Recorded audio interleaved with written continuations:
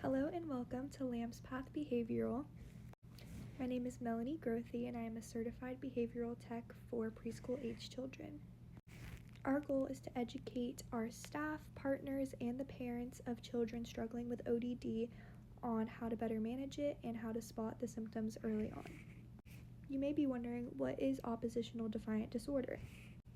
This disorder can show up in a number of different ways, but some of the most common include angry or irritable mood, argumentative or defiant behavior, and even vindictiveness. The age of onset can vary from child to child. However, the first symptoms can often emerge before the age of 5. In preschool age children, these behaviors can look like frequent temper tantrums, arguing with adults, deliberate defiance, blaming other peers for their mistakes. The child may be easily angered or worked up. They may even be spiteful towards their peers. To get an oppositional defiant disorder diagnosis, all of these that I just listed out for you would need to persist for longer than 6 months. And this would mean not only in a school setting, but also at home, during play dates, at the park, in everyday life. All of these symptoms would need to persist for longer than 6 months in order for them to be officially diagnosed with oppositional defiant disorder. This does fall under the umbrella of impulse control disorders. These children often struggle with emotional regulation, which is the deeper root cause of their behaviors, which they then act out with. Their fight response is essentially heightened to the point that when small things happen, like a toy isn't being shared or their turn may have been skipped, instead of having a regulated reaction, their reaction blows the roof off. Some possible co-occurring disorders that can also be with ODD include ADHD, anxiety disorders, language and communication delays, and sensory processing issues. In children with ODD, ADHD can fuel their hyperactive behaviors. And unfortunately, 40 to 60% of children who are diagnosed with ODD also have ADHD. Additionally, anxiety can cause irritability and control-seeking behaviors in children with ODD. When dealing with communication barriers or limited communication from preschool-age children, this can cause extreme frustration in children, which can then cause them to act out on their ODD behaviors, whether this be on their teacher, peers, family. In the same way, sensory processing issues can cause over or under responsiveness in these children, which means that they may decide to listen to what a child is saying too much and get angry at them, but they might ignore their teacher and not listen and be defiant. The impact that this can have on children is so heartbreaking. A few of the things that they may struggle with include forming healthy attachments, learning in group environments like daycare or preschool, and succeeding academically.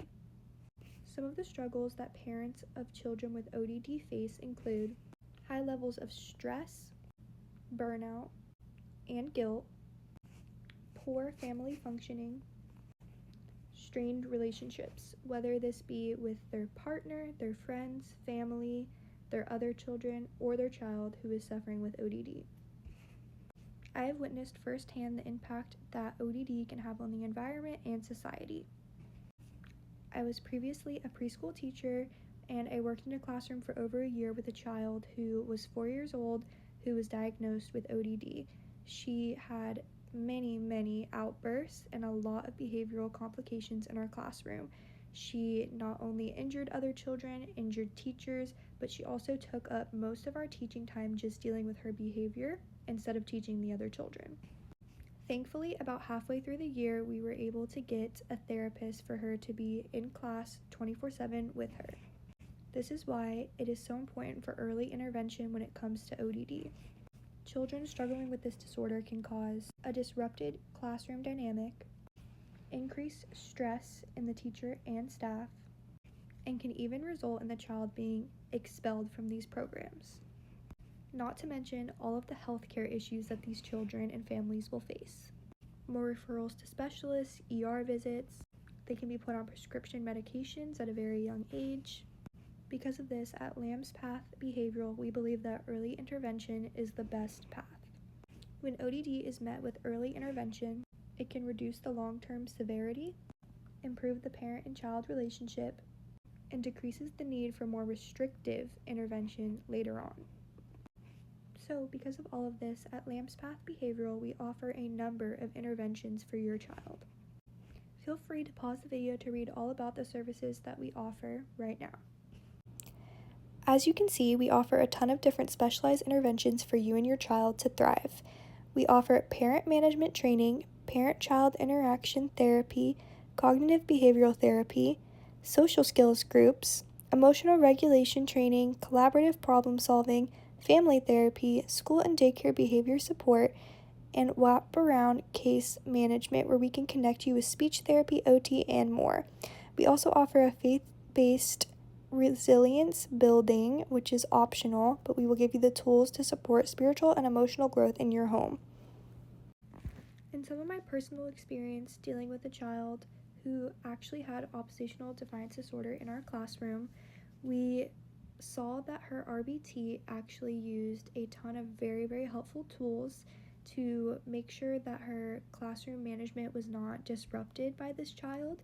Some of the tools that she used were keeping a sticker chart for the child where it had a personalized plan for the child, their day-to-day steps, every single thing that they had to do in the day, and this was very, very, very specialized towards this child. And so anything that she struggled with was written down as if she did it, she would get a sticker.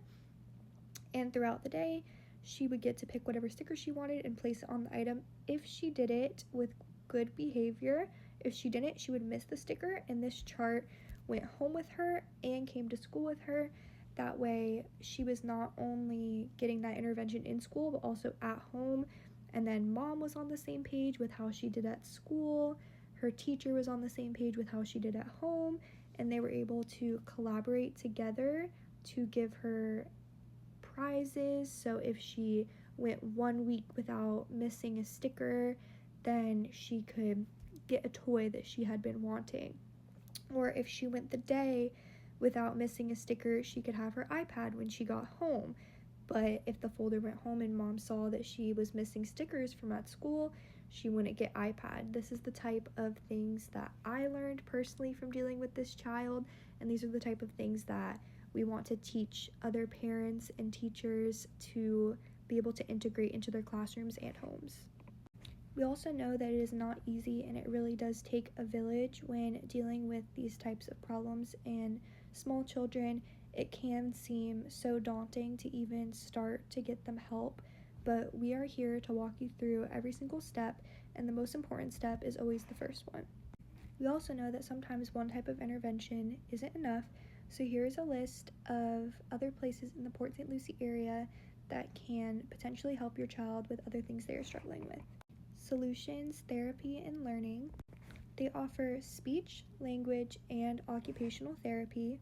There's also Sunshine Therapies, and they offer speech as well as OT services. And a few other resources just like us are Behavior Basics Inc., which is an ABA therapy clinic, as well as Evolving Minds Together. They offer in-home, school-based, and community ABA therapy. This is led by board-certified behavioral analysis and registered behavioral technicians. It is so important that your child gets the early intervention that they need. I chose to talk about this issue because it is very personal to me, as I have dealt with a child with ODD, and I've just seen the struggles that the child has had to endure, and then also the struggles that the parents have to go through. And I've seen her from the beginning. I've seen her medicated. I've seen her following the chart. I've seen her getting better. I actually got to see her graduate preschool, and she's now in kindergarten and thriving, but it is all due to her amazing therapies that she was able to get in school and at home. So we are just so thankful that this exists for these children, and thank you so much for listening to me talk about this today. and I hope you have a great rest of your day. Okay, bye.